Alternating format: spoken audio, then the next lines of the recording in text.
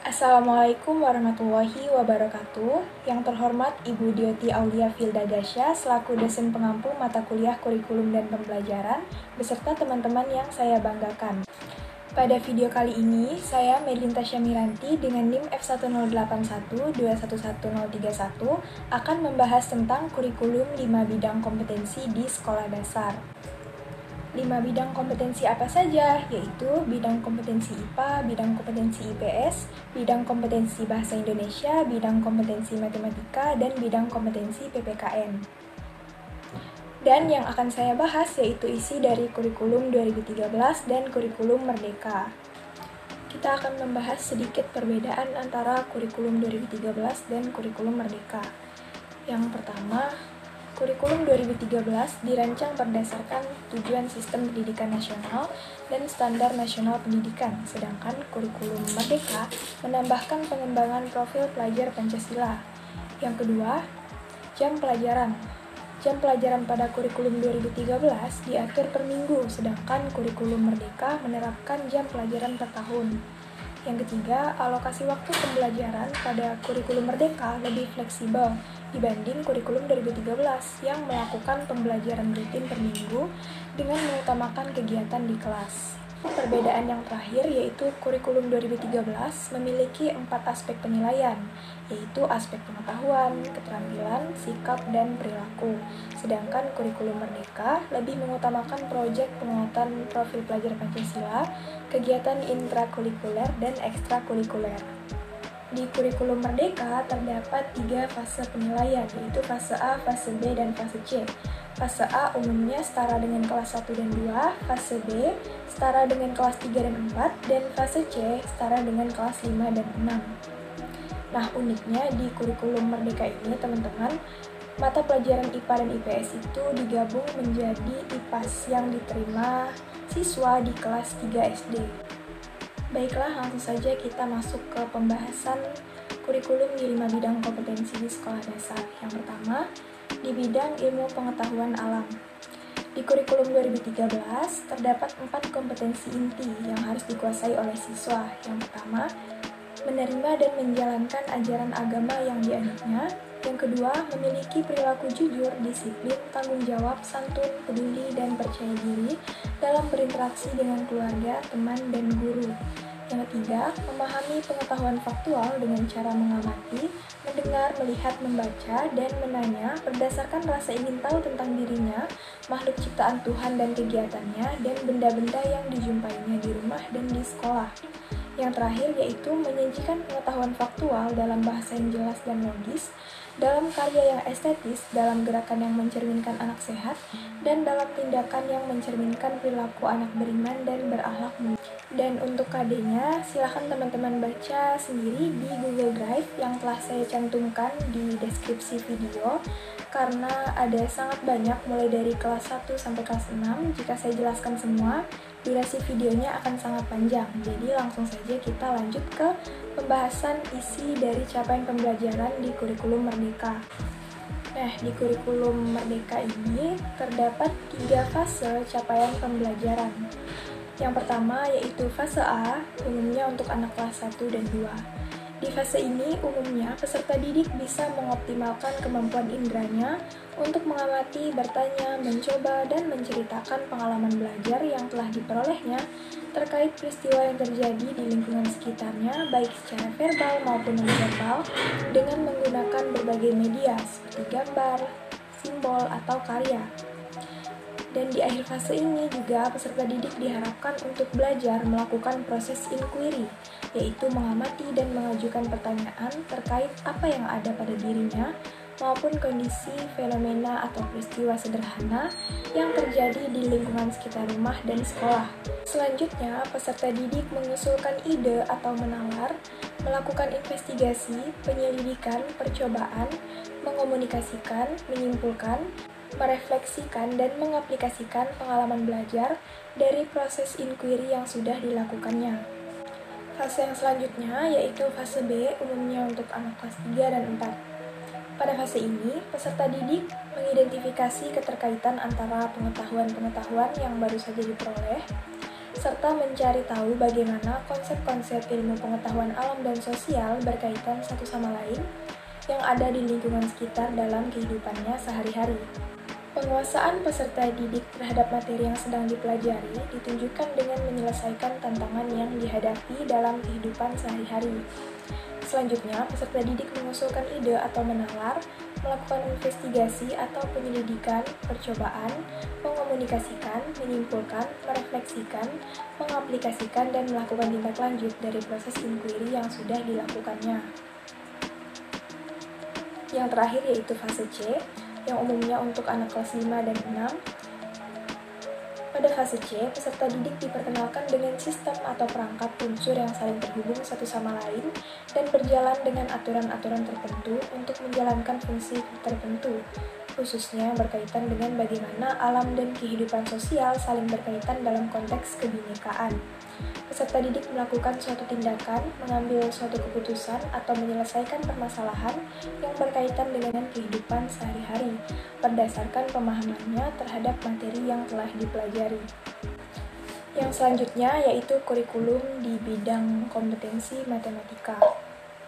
Di fase A, umumnya untuk kelas 1 dan 2, pada akhir fase A, peserta didik dapat menunjukkan pemahaman dan memiliki intuisi bilangan atau number sense pada bilangan cacah sampai 100, termasuk melakukan komposisi atau menyusun dan dekomposisi atau mengurai bilangan tersebut. Mereka dapat melakukan operasi penjumlahan dan pengurangan pada bilangan cacah sampai 20 dan dapat memahami pecahan setengah dan seperempat. Mereka dapat mengenali, meniru, dan melanjutkan pola-pola bukan bilangan. Mereka dapat membandingkan panjang, berat, dan durasi waktu, serta mengestimasi panjang menggunakan satuan tidak baku. Peserta didik dapat mengenal berbagai bangun datar dan bangun ruang, serta dapat menyusun dan mengurai bangun datar. Peserta didik dapat menentukan posisi benda terhadap benda lain, dan dapat mengurutkan, menyortir, mengelompokkan, membandingkan, dan menyajikan data menggunakan tulis dan piktogram paling banyak 4 kategori. Fase yang kedua yaitu fase B untuk kelas 3 dan 4. Pada akhir fase B, peserta didik dapat menunjukkan pemahaman dan intuisi bilangan atau number sense pada bilangan cacah sampai 10.000. Mereka dapat melakukan operasi penjumlahan dan pengurangan bilangan cacah sampai 1.000, dapat melakukan operasi perkalian dan pembagian bilangan cacah, dapat mengisi nilai yang belum diketahui dalam sebuah kalimat matematika, dan dapat mengidentifikasi, meniru, dan mengembangkan pola gambar atau objek sederhana dan pola bilangan yang berkaitan dengan penjumlahan dan pengurangan bilangan cacah sampai 100. Peserta didik dapat menyelesaikan masalah berkaitan dengan kelipatan dan faktor, masalah yang berkaitan dengan uang menggunakan ribuan sebagai satuan, dapat membandingkan dan mengurutkan antar pecahan, dapat mengenali pecahan senilai, dapat menunjukkan pemahaman dan intuisi bilangan atau number sense pada bilangan desimal, dan dapat menghubungkan pecahan desimal dan perseratusan dengan persen. Peserta didik dapat mengukur panjang dan berat benda menggunakan satuan baku dan dapat menentukan hubungan antar satuan baku panjang. Dapat mengukur dan mengestimasi luas dan volume menggunakan satuan tidak baku dan satuan baku berupa bilangan cacah. Peserta didik dapat mendeskripsikan ciri berbagai bentuk bangun datar dan dapat menyusun komposisi dan mengurai dekomposisi berbagai bangun datar dengan satu cara atau lebih jika memungkinkan. Peserta didik dapat mengurutkan, membandingkan, menyajikan, menganalisis, dan menginterpretasi data dalam bentuk tabel, diagram gambar, piktogram, dan diagram batang atau skala satu satuan. Mereka dapat mengidentifikasi, meniru, dan mengembangkan pola bilangan yang membesar yang melibatkan perkalian dan pembagian. Mereka dapat bernalar secara proporsional dan menggunakan operasi perkalian dan pembagian dalam menyelesaikan masalah sehari-hari dengan rasio yang terkait dengan proporsi. Peserta didik dapat menentukan keliling dan luas, beberapa bentuk bangun datar dan gabungannya. Dapat mengonstruksi dan mengurai beberapa bangun ruang dan gabungannya, mengenali visualisasi spesial, dapat membandingkan karakteristik antar bangun datar dan antar bangun ruang, dapat menentukan lokasi pada peta yang menggunakan sistem berpetak, dapat mengurutkan, membandingkan, menyajikan, dan menganalisis data banyak benda dan data hasil pengukuran dalam bentuk beberapa visualisasi dalam tabel frekuensi untuk mendapatkan informasi. Dan peserta didik dapat menentukan kejadian dengan kemungkinan yang lebih besar dalam suatu percobaan acak. Yang selanjutnya yaitu kurikulum di bidang kompetensi bahasa Indonesia. Di fase A, kelas 1 dan 2, peserta didik memiliki kemampuan berbahasa untuk berkomunikasi dan bernalar sesuai dengan tujuan kepada teman sebaya dan orang dewasa di sekitar tentang diri dan lingkungannya.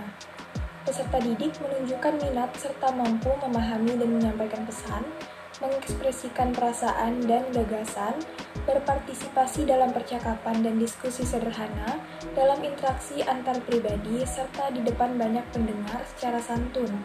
Peserta didik mampu meningkatkan penguasaan kosakata baru melalui berbagai kegiatan berbahasa dan bersastra dengan topik yang beragam. Peserta didik juga mulai mampu mengungkapkan gagasannya secara lisan dan tulisan dengan sikap yang baik menggunakan kata-kata yang dikenalinya sehari-hari. Fase yang kedua yaitu fase B untuk kelas 3 dan 4. Peserta didik memiliki kemampuan berbahasa untuk berkomunikasi dan bernalar sesuai dengan tujuan kepada teman sebaya dan orang dewasa tentang hal-hal menarik di lingkungan sekitarnya. Peserta didik menunjukkan minat terhadap teks, mampu memahami dan menyampaikan gagasan dari teks informatif, serta mampu mengungkapkan gagasan dalam kerja kelompok dan diskusi, serta memaparkan pendapatnya secara lisan dan tertulis. Peserta didik mampu meningkatkan penguasaan kosakata baru melalui berbagai kegiatan berbahasa dan bersastra dengan topik yang beragam, serta peserta didik mampu membaca dengan fasih dan lancar. Fase yang terakhir yaitu fase C untuk kelas 5 dan 6. Pada akhir fase C, peserta didik memiliki kemampuan berbahasa untuk berkomunikasi dan bernalar sesuai dengan tujuan dan konteks sosial. Peserta didik menunjukkan minat terhadap teks, mampu memahami, mengolah, dan menginterpretasi informasi dan pesan dari paparan lisan dan tulis tentang topik yang dikenali dalam teks narasi dan informatif. Peserta didik mampu menanggapi dan mempresentasikan informasi yang dipaparkan, berpartisipasi aktif dalam diskusi, menuliskan tanggapannya terhadap bacaan menggunakan pengalaman dan pengetahuannya, menulis teks untuk menyampaikan pengamatan dan pengalamannya dengan lebih berstruktur, serta peserta didik memiliki kebiasaan membaca untuk hiburan, menambah pengetahuan dan keterampilan. Yang terakhir yaitu kurikulum bidang PPKN. Di fase A untuk kelas 1 dan 2, peserta didik mampu mengenal dan menceritakan simbol dan sila-sila Pancasila dalam lambang negara Garuda Pancasila, mengidentifikasi dan menjelaskan hubungan antara simbol dan sila dalam lambang negara Garuda Pancasila, menerapkan nilai-nilai Pancasila di lingkungan keluarga dan sekolah, mengenal aturan di lingkungan keluarga dan sekolah, menceritakan contoh sikap mematuhi dan tidak mematuhi aturan di keluarga dan sekolah, menunjukkan perilaku mematuhi aturan di keluarga dan sekolah, menyebutkan identitas dirinya sesuai dengan jenis kelamin, ciri-ciri fisik, dan hobinya, menyebutkan identitas diri, fisik dan non-fisik, keluarga, dan teman-temannya di lingkungan rumah dan di sekolah, menceritakan dan menghargai perbedaan baik fisik, contoh seperti warna kulit, jenis rambut, dan lain-lain, maupun non-fisik seperti miskin, kaya, dan lain-lain, keluarga dan teman-temannya di lingkungan rumah dan sekolah. Peserta didik dapat mengidentifikasi dan menceritakan bentuk kerjasama dalam keberagaman di lingkungan keluarga dan sekolah, mengenal ciri-ciri fisik lingkungan keluarga dan sekolah sebagai bagian tidak terpisahkan dari wilayah Negara Kesatuan Republik Indonesia dan menyebutkan contoh sikap dan perilaku menjaga lingkungan sekitar serta mempraktikannya di lingkungan keluarga dan sekolah. Fase yang kedua yaitu fase B untuk kelas 3 dan 4. Peserta didik mampu memahami dan menjelaskan makna sila-sila Pancasila serta menceritakan contoh penerapan sila Pancasila dalam kehidupannya sehari-hari. Menerapkan nilai-nilai Pancasila di lingkungan keluarga, sekolah, dan masyarakat, mengidentifikasi aturan di keluarga, sekolah, dan lingkungan sekitar tempat tinggal, serta melaksanakannya dengan bimbingan orang tua dan guru, mengidentifikasi dan menyajikan hasil identifikasi hak dan kewajiban sebagai anggota keluarga dan sebagai warga sekolah, dan melaksanakan kewajiban dan hak sebagai anggota keluarga dan sebagai warga sekolah.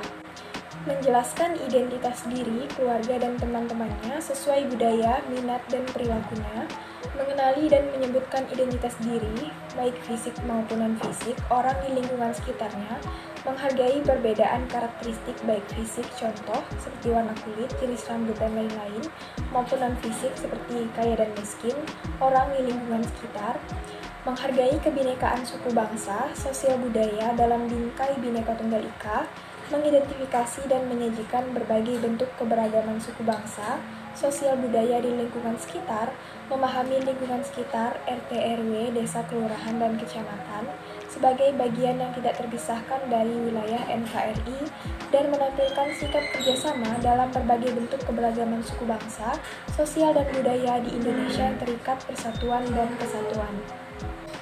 Dan fase yang terakhir, yaitu fase C untuk kelas 5 dan 6, peserta didik mampu memahami dan menyajikan hubungan antar sila dalam Pancasila sebagai suatu kesatuan yang utuh, mengidentifikasi dan menyajikan makna nilai-nilai Pancasila sebagai pandangan hidup berbangsa dan bernegara, menerapkan nilai-nilai Pancasila di lingkungan keluarga, sekolah, dan masyarakat, menganalisis dan menyajikan hasil analisis bentuk-bentuk sederhana norma, aturan, hak, dan kewajiban dalam kedudukannya sebagai anggota keluarga, warga sekolah, dan bagian dari masyarakat, menganalisis secara sederhana dan menyajikan hasil analisis pelaksanaan norma, aturan, hak, dan kewajiban sebagai anggota keluarga, warga sekolah, dan melaksanakan kewajiban dan hak sebagai anggota keluarga, warga sekolah, dan bagian dari masyarakat, dan mempraktikkan membuat kesepakatan dan aturan bersama serta menaatinya dalam kehidupan sehari-hari di keluarga dan di sekolah. Menganalisis, menyajikan hasil analisis, menghormati, menjaga, dan melestarikan keragaman budaya dalam bingkai Bhinneka Tunggal Ika di lingkungan sekitarnya. Mengenal wilayahnya dalam konteks kabupaten atau kota, provinsi sebagai bagian yang tidak terpisahkan dari wilayah NKRI, dan membangun kebersamaan, persatuan, dan berkontribusi menciptakan kenyamanan di sekolah dan lingkungan sekitar. Sekian penjelasan dari saya. Jika terdapat kekurangan dalam penyampaian materi atau kesalahan dalam pengucapan kata, saya mohon maaf. Atas perhatiannya, saya ucapkan terima kasih. Wabillahi taufiq wal hidayah. Wassalamualaikum warahmatullahi wabarakatuh.